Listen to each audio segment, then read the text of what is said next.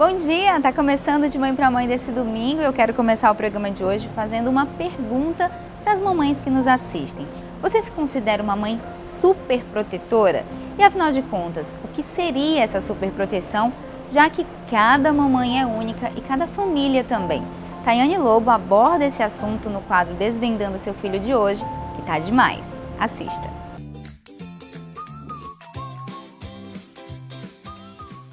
Olá, seja bem-vindo a mais um Desvendando Seu Filho e hoje vamos falar sobre excesso de cuidado materno. Todo mundo sabe que toda mãe, se pudesse, guardava seus filhos debaixo das asas e protegia de todos os males do mundo. Mas será que isso é saudável? Vamos saber hoje? Hoje eu estou aqui com a Natália, psicóloga, e a gente vai conversar um pouco sobre esse tema tão importante. Inclusive, Natália, eu estou muito interessada porque eu passei por isso recentemente. A minha filha entrou na escolinha e eu me peguei com esse sentimento de excesso de cuidado. Então, para começar, eu queria que você falasse pra gente como saber até que ponto esse instinto de proteção, de cuidado, é algo normal ou é algo que a mulher precisa ficar atenta, que varia de personalidade para personalidade? Então, dentro da maternidade, tudo é uma construção. A própria maternidade em si, ela não é algo pronto. A mulher, ela vai construindo e ela vai trazer muito da sua história, do que ela vivenciou enquanto filha, né? Como foi esse cuidado que ela recebeu da mãe, o que ela percebeu do meio onde ela estava inserida. E isso automaticamente vai passar também na criação dos filhos. Então, se essa mãe foi uma mãe que recebeu também cuidados assim excessivos, no sentido de que a mãe o tempo todo estava, cuidado, não corre, você vai se machucar. Olha, você vai atravessar a rua, mas tem que olhar pro carro, porque senão o carro vai te bater. E ela sempre vem antecipando, né, coisas ruins, que o mundo é um lugar perigoso. Então, nas entrelinhas, o que essa criança vai perceber, né? A partir do momento que a mãe fica o tempo todo alertando de aspectos negativos, que o mundo é um lugar ruim, que o mundo, eu não posso confiar nas pessoas, eu não posso confiar nas relações que eu estabeleço e, principalmente, eu não posso confiar em mim, eu não sou capaz. Né? O tempo todo eu tenho alguém que vai estar fazendo algo por mim e que está ali para me proteger. Então, em qual momento essa criança ela vai se frustrar? Em qual momento ela vai conseguir lidar com um não, né? Hoje eu não consegui, isso foi difícil, mas eu posso aprender, apesar desse não, apesar de hoje não ter conseguido.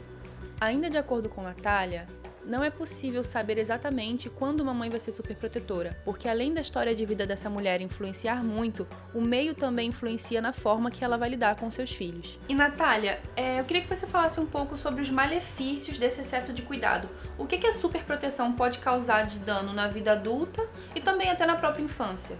Dentre os malefícios, né, dessa questão da mãe estar super protegendo constantemente, ou o pai, né, pode ser qualquer um do cuidador que está envolvido com a criança, tem a questão do não desenvolvimento da autonomia, que é super importante para o fortalecimento da autoestima. Então, a criança ela precisa sentir que ela é capaz de realizar algo, de coisas básicas, as tarefas dentro de casa, o cuidado pessoal, dependendo da faixa etária dessa criança.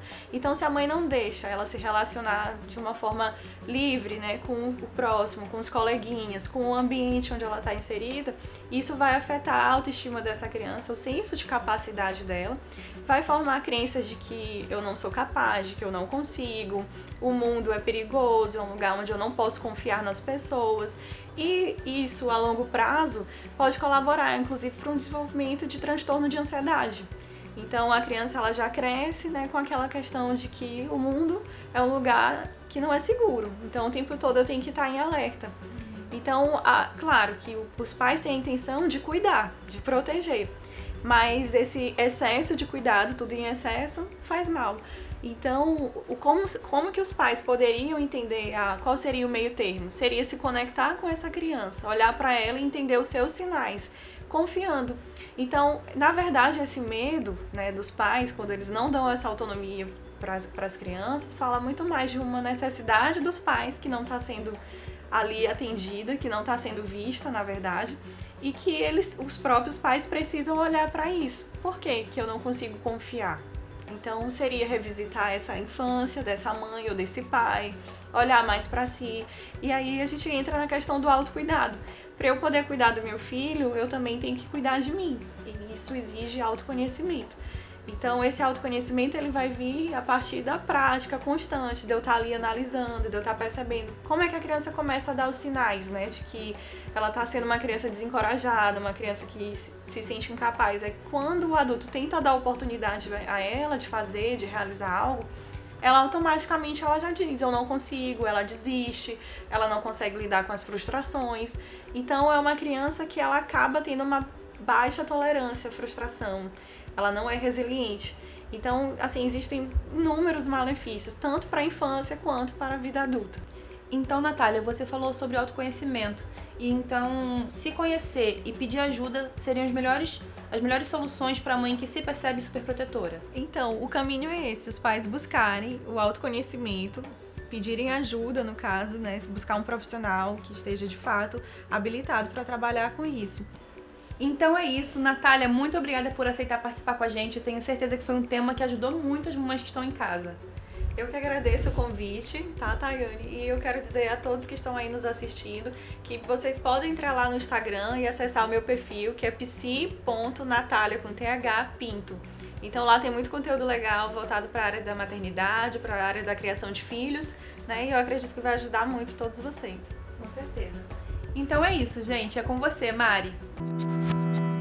Uma coisa muito legal que a Thay falou aí é sobre a possibilidade de pedir ajuda. E muitas mamães têm descartado essa possibilidade. Uma coisa que eu tenho aprendido e eu quero compartilhar aqui é que os fortes, eles reconhecem as suas fraquezas. E nós, mamães, achamos que a gente pode dar conta de tudo e que a gente consegue dar conta de tudo e às vezes sobrecarrega e não consegue gerenciar tudo que a gente tem para gerenciar dentro de uma casa, né? Mas, na verdade, ninguém precisa dar conta de tudo e pedir ajuda é sempre bem-vindo. Bom, e agora mudando de assunto, nós vamos receber a otorrinolaringologista Patrícia Prazeres, que vai nos esclarecer dúvidas bastante comuns, principalmente nessa época do ano. É um período em que a incidência de gripes e resfriados é muito grande e é importante saber a diferença entre as sinusites e as rinites alérgicas, que são diferentes, inclusive no tratamento. E saber essa diferença é importante até para evitar o uso desnecessário de antibióticos. Doutora Patrícia, seja bem-vinda ao De Mãe para Mãe. Para mim é uma honra estar aqui, né? Agradeço o convite e é muito bom a gente poder orientar da melhor forma as mães em relação aos tratamentos nos bebês, nas crianças de todas as idades, né? Como eu falei, esse é um período onde muitas crianças ficam gripadas ou resfriadas. E a pergunta de mãe agora, qual a diferença entre gripe e resfriado? Bom, a gripe, ela é um quadro um pouco mais acentuado que o resfriado. Todos os dois quadros, gripe e resfriado, são causados por vírus. Só que o vírus da gripe, que na maioria das vezes, na maioria dos casos é o influenza B, ele é um vírus mais agressivo e sintomas de congestão nasal, febre, mal-estar geral, tosse, são bem mais acentuados do que o do resfriado. Normalmente o resfriado, ele causa uma febre muito baixa, na criança às vezes nem febre causa, mas o vírus da gripe, ele realmente causa uma febre mais elevada, chega a 39 ou mais a temperatura da criança e a possibilidade de complicações sempre são maiores no vírus da gripe. Certo, mas também existe a diferença entre a sinusite e a rinite alérgica, ou seja, estamos falando de 4 coisas diferentes: gripe, resfriado, sinusite e a rinite alérgica. Qual a diferença então da sinusite para a rinite alérgica? Bom, é interessante, Mariana, porque assim, a gente está falando sobre 4, vamos dizer assim, doenças, né? 4 doenças que elas têm muitos sintomas que são semelhantes. Então, é muito importante a gente conseguir fazer a diferença desses 4 quadros, justamente para a gente não prescrever medicamentos desnecessários para as crianças, né? Então, assim, em relação à sinusite e à rinite alérgica, é bom a gente falar assim, a sinusite, ela é um quadro infeccioso, que na maioria das vezes é causado por bactérias. E na maioria das vezes a sinusite, ela é um processo que aparece depois de uma gripe ou um resfriado mais prolongados. A imunidade diminui um pouquinho mais e aí uma bactéria oportunista, ela se aproveita e aí faz um quadro infeccioso. Então, na sinusite, a gente já não vai encontrar aqueles quadros de congestão nasal, com coriza, intensos. A sinusite, ela se manifesta mais com uma secreção mais espessa, esverdeada. A criança pode ter dor na cabeça ou não e, na maioria das vezes, evolui com um quadro de febre, né? Mas o diagnóstico de sinusite, uma coisinha também que eu queria frisar para as mães, é que, na maioria das vezes, o diagnóstico da sinusite, ele é erradamente feito através de raio-x. Na maioria das vezes não há necessidade de raio-x, porque o diagnóstico de sinusite, ele é eminentemente clínico, é pelos sintomas que a gente faz o diagnóstico. Inclusive, assim, uma recomendação que a gente faz sempre para que se evite ao máximo fazer radiografia nas crianças de todas as idades, porque realmente não é um exame bom para fazer diagnóstico e a gente, o máximo que puder, evitar expor a criança à radiação é importante. E em relação à rinite alérgica, lembrar que a rinite alérgica é um processo alérgico e que não é causado nem por vírus e nem por bactérias. E a rinite alérgica é aquele quadro assim, que a criança ela vai apresentar muito espirro, coceira no nariz, coceira nos olhos, coriza também, mas não tem febre, não tem mal-estar. E normalmente a rinite alérgica, a gente percebe mais os sintomas ou quando a criança acorda ou em contato com mofo, poeira. A mudança de temperatura também ajuda a provocar os sintomas, né? Mas poeira, mofo, contato com produtos que têm cheiro muito forte, então é muito comum a criança ela sentir muita irritação no nariz com produtos de limpeza também. Então a gente tem que ter bastante cuidado, observar para evitar o contato com coisas que intensificam os sintomas. Perfeito, tá bem explicado, né? Gripe, resfriado, sinusite e rinite. E aí, doutora, muitas vezes quando a criança apresenta alguns desses sintomas que parecem, né, e eles acabam se confundindo muitas vezes, né, a gente tende a levar apenas no clínico, né, ou na emergência, muitas vezes quando tá aquele febrão do resfriado, por exemplo, ou tratou ali, às vezes não descobriu a causa, né, tratou o sintoma, não descobriu a causa. Por que é importante essa consulta com um especialista, por exemplo, com o otorrino? É assim, não desmerecendo os outros colegas especialistas, mas assim, nós otorrinolaringologistas, como a nossa vivência e especialização mesmo. Mas que existe, né? Às vezes Isso. Então a gente realmente tem mais facilidade para fazer a diferença nesses quadros clínicos, né? Até porque também a gente dispõe de equipamentos específicos para examinar nariz, examinar ouvido, que muitas vezes em emergências, em consultórios de não otorrinos, não existem. Perfeito. Agora, sabendo de tudo isso, munidos de toda essa informação, como que a gente pode, mãe, evitar que aquele antibiótico prescrito, como é que a gente pode saber que aquele antibiótico talvez ele não seja necessário naquele momento? Mariana, é uma situação assim que a gente observa muito acontecendo, principalmente nas emergências, a prescrição inadvertida de antibiótico. Na maioria das vezes a gente entende que pelo fato de o colega ele estar como plantonista e não ter a possibilidade de fazer um acompanhamento mais de perto da criança por alguns dias, então essa prescrição às vezes precoce do antibiótico. Mas assim, de início, como a gente já falou um pouquinho mais aí sobre a diferença dos sintomas, então as mães atentarem para os sintomas E assim, o ideal é a gente sempre esperar pelo menos 3 dias para ver como a criança vai evoluir, porque, por exemplo, no resfriado, após o 3º dia de início do quadro, a tendência são os sintomas ou eles desaparecerem ou eles amenizarem realmente consideravelmente. A gripe, ela tem uma evolução de mais ou menos 7 dias, mas o que a gente costuma orientar?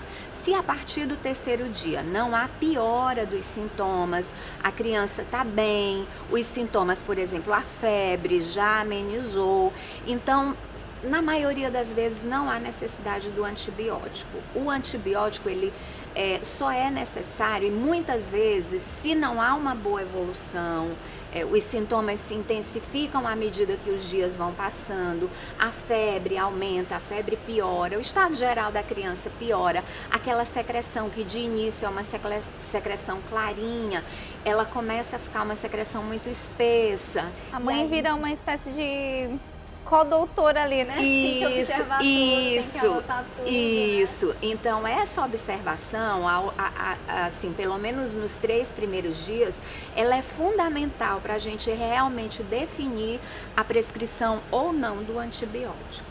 Perfeito, bem esclarecedor esse bate-papo, né, doutora Patrícia? Muito obrigada, Que viu? bom, eu fico Volte feliz. sempre de mãe para mãe, é sempre bom receber especialistas para a gente conseguir ir lá na causa, né? Não ficar falando só sobre sintomas, só sobre aqueles tratamentos paliativos, mas tentar esclarecer de forma mais aprofundada. Obrigada mesmo. Fico feliz e estou à disposição. E no próximo bloco você vai saber quais são os prejuízos motores nos bebês relacionados aos aspectos emocionais das famílias. Não saia daí.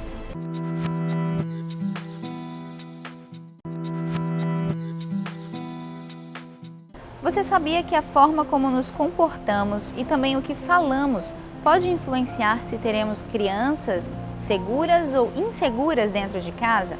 Às vezes, algumas situações diárias do cotidiano da família influencia e pode causar até prejuízos motores no desenvolvimento do bebê. Claro que esse é um assunto para o quadro Meu Bebê Ativo com Tatiana Galli, que você confere agora.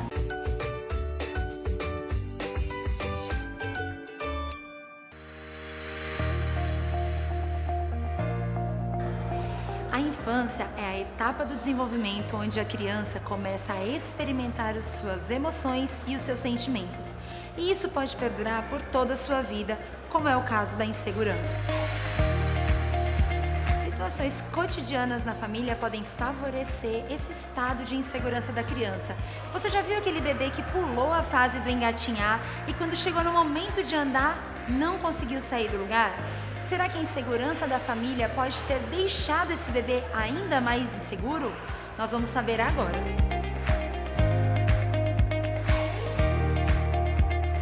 Estamos aqui hoje com a Áurea Aires e ela vai nos ajudar a saber um pouquinho mais sobre esse assunto. Áurea, obrigada pela presença aqui hoje, obrigada por ter aceito o nosso convite. Minha primeira pergunta para você é: o comportamento dos pais pode afetar no desenvolvimento emocional e, consequentemente, no desenvolvimento motor dessas crianças? Com certeza, né? As crianças, de 0 a 3 anos, elas convivem muito mais com os pais do que qualquer outra pessoa. Então, tudo que os pais comunicam, a forma como educam, a forma como estimulam ou não estimulam as crianças, vai influenciar tanto na parte motor quanto na parte emocional. É interessante que a gente escuta muitos pais dizendo: não suba aí, meu filho, você vai cair. Não suba sozinho, você não consegue. Não coloque ele no chão, ele é muito pequenininho. A gente escuta muito isso dos pais, né?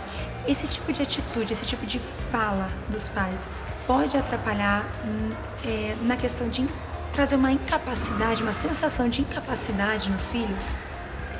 Tati, atrapalha e atrapalha demais. Por que isso acontece? Porque quando a criança tem de 0 a 3 anos, o cérebro está em uma fase de desenvolvimento que não vai acontecer mais em nenhum outro momento da vida adulta. Uhum. Então, o que acontece? A criança ela absorve muito rápido, o aprendizado é estritamente emocional. E o que acontece? a gente precisa entender o seguinte, que tudo que a gente comunica tem um resultado. Sim. Então, se meu filho está se desenvolvendo, aprendendo a engatinhar, aprendendo a andar, e eu fico, não sobe, você não consegue, e eu fico me assustando e colocando isso em cima do meu filho, o que eu estou comunicando? Capacidade ou incapacidade? Segurança total, ou né? insegurança? E a criança, ela vai receber aquele aprendizado. Então, já que ela absorve tão rápido, porque ela precisa se desenvolver rápido, aquele aprendizado ele vai ser muito rápido, porém ele vai ter raízes profundas e vai refletir em outro momento da vida dela. Olha que incrível. E até falando sobre isso, o que pode afetar na vida adulta dessa criança que está sendo limitada, que está sendo colocada esse sentimento de incapacidade? A gente pode observar no adulto uma criança que foi tratada desse jeito? Quais são as características, né, tanto emocionais quanto físicas desse adulto? Pode. Então, uma criança que ela foi extremamente protegida, super protegida, né, que os pais continham ela vai crescer um adulto inseguro, ela vai crescer um adulto que, por ele se sentir incapaz em relação aos outros, ele também vai ter um sentimento forte de inferioridade, ou seja, os outros são mais capazes que eu, então ele vai se sentir inferior, um sentimento de medo muito forte, muito latente, e não significa que essa criança que foi super protegida não seja um adulto capaz, ele pode ser dedicado, estudioso, competente, mas profissionalmente, se tiver uma oportunidade para que ele se candidate para uma promoção, o que vai acontecer? Ele vai recuar. Ele vai recuar.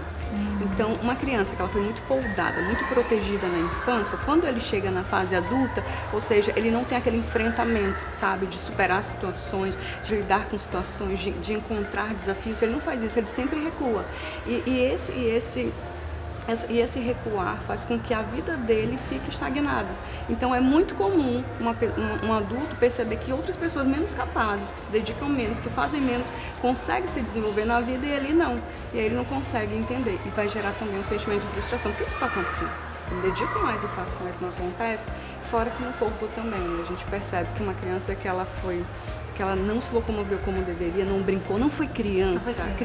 A infância foi furtada, então vai ser um adulto mais retido, mais contido, assim. Ele não vai ter tanta mobilidade, ele vai se sentir muito inseguro, até na forma de se mover. Sim. A gente percebe isso. Eu consigo observar, estudando desenvolvimento, a gente acaba virando perita nessas coisas e a gente olha para as pessoas e consegue entender, né, e receber essa informação. Muitos adultos que não conseguem mesmo se locomover com destreza, não conseguem correr, tropeçam muitas vezes, né? E aí a gente senta para conversar com esse adulto e pergunta para ele: como foi a sua infância? Eu era o irmão mais velho, tive que cuidar dos mais novos, não pude brincar muito, ou eu queria fazer um esporte, meu pai e minha mãe não deixou, então até hoje eu tenho essa frustração, por exemplo, de não ter sido uma bailarina, um jogador de futebol, a gente escuta muito isso, né? Comigo, eu não fui bailarina, gente. Pois é, então realmente a gente consegue observar claramente num adulto uma criança furtada da sua infância. Achei incrível essa frase que você usou, furtada da sua infância. O comportamento emocional da criança envolve muita afetividade, então por isso é importante que a família estabeleça um vínculo afetivo com a criança, uma proteção moderada e também uma estabilidade emocional, não é mesmo, Áurea? É isso mesmo, Tati. O que a gente precisa entender? Que o perigo está nos extremos, no excesso de proteção e na falta dele. O que eu preciso entender como mãe? Que eu preciso criar um espaço seguro, mas se eu não dou espaço para o meu filho, essa segurança vai prejudicá-lo. Ótimo. Eu vou te convidar então, porque eu tenho certeza que as mamães em casa agora estão cheias de perguntas para você. Eu vou te convidar então para a gente responder a caixinha de perguntas que vai estar lá no IG de Mãe para Mãe SLZ. Nós vamos te marcar e aí você vai poder responder as perguntas de todas as mamães. O que você acha? Pronto, só mandar, vai ser um prazer responder as perguntas de vocês. Libera a caixinha então aí, Mari. Que assunto maravilhoso. Tati, muito obrigada por levantar a importância dessa conexão afetiva, a importância disso dentro das nossas casas. Obrigada a Áurea também por contribuir tanto com a gente hoje. Eu acredito muito que esse é o caminho para a gente construir uma geração de adultos muito melhor que a nossa geração, mais saudável, mais desenvolvida, mais segura de si, mais inteligente emocionalmente.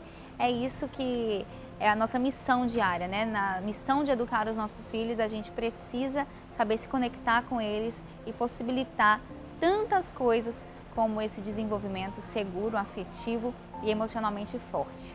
Assim que terminar o programa, a caixinha de perguntas que a Tati falou vai estar lá no nosso Instagram.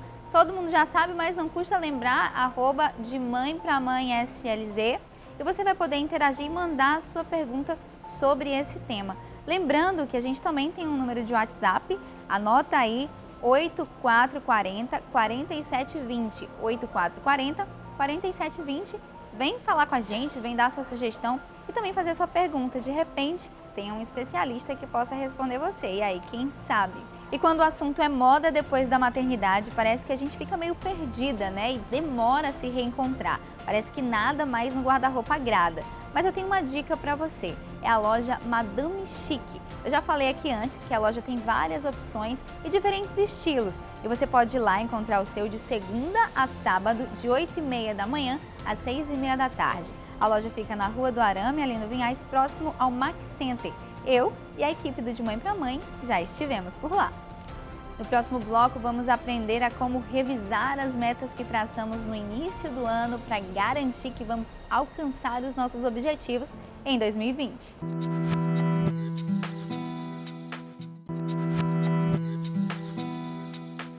Estamos de volta e eu ainda estou aqui para dizer que semana que vem o Salão Patrícia Sampaio Concept vai ter uma programação super especial.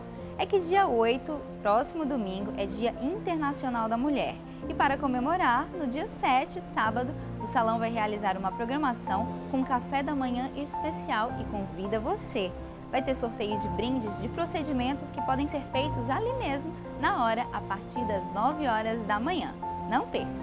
Agora eu quero lembrar que hoje é dia 1º de março, último mês do trimestre, hora de revisar as nossas metas. E para isso eu recebo hoje aqui no De Mãe pra Mãe o coach integral sistêmico Anderson Marques. Seja bem-vindo, Anderson, novamente aqui no De Mãe pra Mãe. E no final do ano passado, o Anderson esteve aqui falando sobre como lidar com a frustração após não conseguir realizar as metas. E esse ano a gente está indo por partes, né, Anderson? E ele vai explicar pra gente.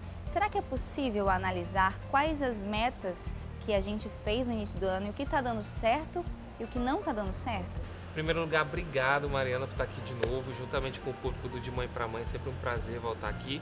E é verdade, você pode e deve fazer o acompanhamento das ações que estão sendo produtivas, ou seja, elas estão te levando para perto das metas e objetivos que você desenhou no Réveillon, e aquelas que estão sendo improdutivas, que não estão te levando a ficar próximo daquilo que você determinou. E é importante você fazer isso, porque a gente tem uma estatística que mais ou menos 95% da população mundial no dia 15 de janeiro, esquece daquelas metas de lista de final de ano que traçou lá. E a gente está aqui para que você não faça parte desses 95% e consiga atingir os seus objetivos em 2020. Tá muito legal, mas tem alguma forma dela acompanhar? Por exemplo, a pessoa fez várias metas, mas de repente essa meta A tá demandando mais tempo de energia, de vida, enfim, do que a meta B. Mas ela quer alcançar as duas. Porém, a A tá tomando mais tempo mesmo e a B tá ali de lado. Tem como ela equilibrar?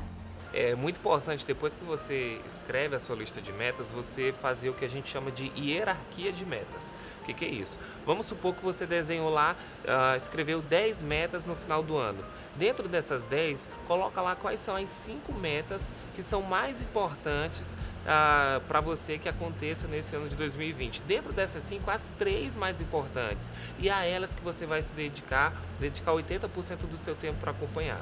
Uma outra coisa legal também é a submeta, ou seja, às vezes a pessoa se empolga, né, final do ano, e aí coloca lá uma meta que é muito grande. Quebra essa meta. Talvez você botou lá uma meta, você tem uma empresa, vamos supor, e aí está o faturamento lá de 20 mil reais. E para hoje talvez não seja viável, não seja possível. Hoje talvez seu faturamento seja 5. Coloca lá, em vez de botar já uma meta de 20, perseguir ela, persegue uma meta de 7, persegue uma meta de 8. E aí você vai crescendo e você vai fazendo a hierarquia de metas. Isso também é muito legal. Então, hierarquia de meta e submeta, tá bom? E ferramenta, por exemplo, para que ela consiga revisar aquele mapa de produtividade mesmo, né? Daquilo que está demandando tempo e sendo produtivo, não ocupando a pessoa, que ocupar é diferente de produzir, né, Anderson? A gente às vezes se ocupa demais e não produz, não rende, não está na direção dessas metas, né? E produzir não, produzir você está ocupado, mas aquela produção está te levando para teu foco, né? Para a tua realização. Existe uma ferramenta para esse acompanhamento? Existe sim. Inclusive você que é telespectadora do De Mãe para Mãe vai ter acesso a uma ferramenta que você vai poder baixar gratuitamente. É só entrar lá no meu Instagram, Anderson Marques Coach. Você vai lá no linkzinho da bio e já vai ter lá para você baixar gratuitamente a ferramenta que chama Plano de Ação, onde você vai poder descrever quais são as ações que vão te levar para a tua meta e depois fazer o acompanhamento semanal. Muitas vezes as pessoas querem fazer o acompanhamento de mês em mês ou trimestral e acaba que você se perde com ações improdutivas e não faz esse acompanhamento da melhor forma. Fazer semanal é a chave para que você possa acompanhar e chegar ao teu objetivo muito mais rápido do que você pensa. Muito obrigada, Anderson. É sempre muito bom, né, falar sobre sonhos, sobre metas e principalmente quando a gente está indo em direção à realização desses sonhos. É para isso que o De Mãe para Mãe está aqui também. O programa de hoje está acabando, a gente espera você no próximo domingo, Dia Internacional da Mulher. Vai ter muitos assuntos aqui legais, relevantes, desse jeito que essa data merece. Eu espero por você. Tchau, tchau!